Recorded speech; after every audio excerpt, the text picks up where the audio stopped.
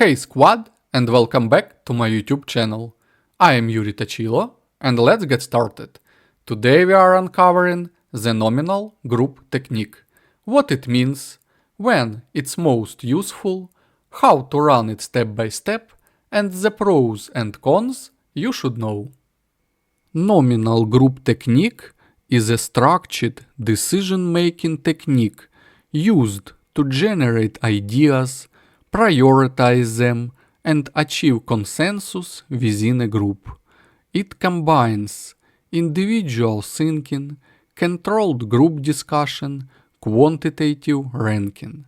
Everyone contributes equally before any discussion begins. Unlike brainstorming, where ideas are shared freely and sometimes unstructured, nominal group technique ensures balanced participation, reduced bias, faster convergence toward decisions. Nominal group technique is especially useful when the team is large or diverse, some participants tend to dominate discussions, prioritization is required, not just idea generation. The topic is sensitive or potentially controversial, there is a risk of groupthink. Typical project scenarios include prioritizing product features, selecting key risks for response planning, evaluating solution alternatives, defining process improvement actions. Let's break down the nominal group technique process into 5 clear steps. Step 1. Define the problem. The facilitator clearly states the question or problem. Example: what are the key risks in our network integration project? Clarity here is critical. A vague question leads to weak results. Step 2. Silent idea generation. Each participant writes down their ideas independently. No discussion, no influence.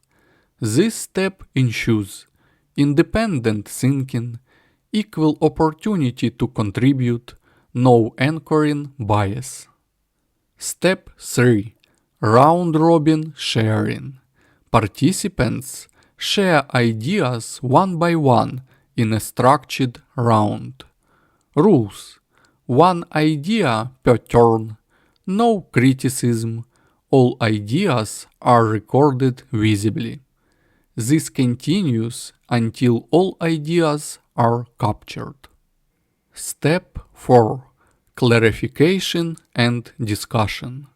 Now, the group discusses each idea.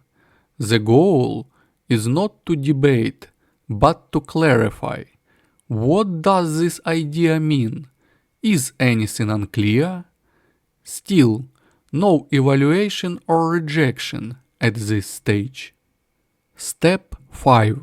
Voting and ranking. Each participant ranks or votes on the ideas. Common methods: top 3 selection, point allocation. The results are aggregated to produce a prioritized list. Key benefits: equal participation, structured and repeatable decision making, reduced bias and interpersonal influence, clear and defensible prioritization. Limitations: requires strong facilitation, can be time-consuming for large groups, limits spontaneity compared to brainstorming. Alright, that's all for today. Don't miss out, hit like and subscribe. Stay awesome, and as always, peace.